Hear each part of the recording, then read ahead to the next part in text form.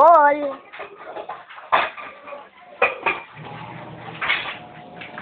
Halika rito. Halika para hindi tayo ngayon magtotoo.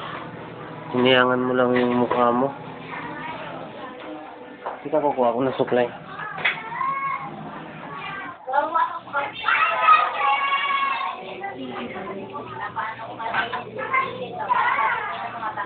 Nasunog din ng kunti ang pilik mata. Matindi ang paglaro mo ng apoy. Huwag mo nang ulitin yan kasi makakatulog ka ng 10 oras. Pag ano to? Yung pangit na ng bangko. Kaputulan na lang to. Oo, yung bangko na mabawasan. Paano po ang likod? Pag-inis ko. Pwede na mag-likod niya.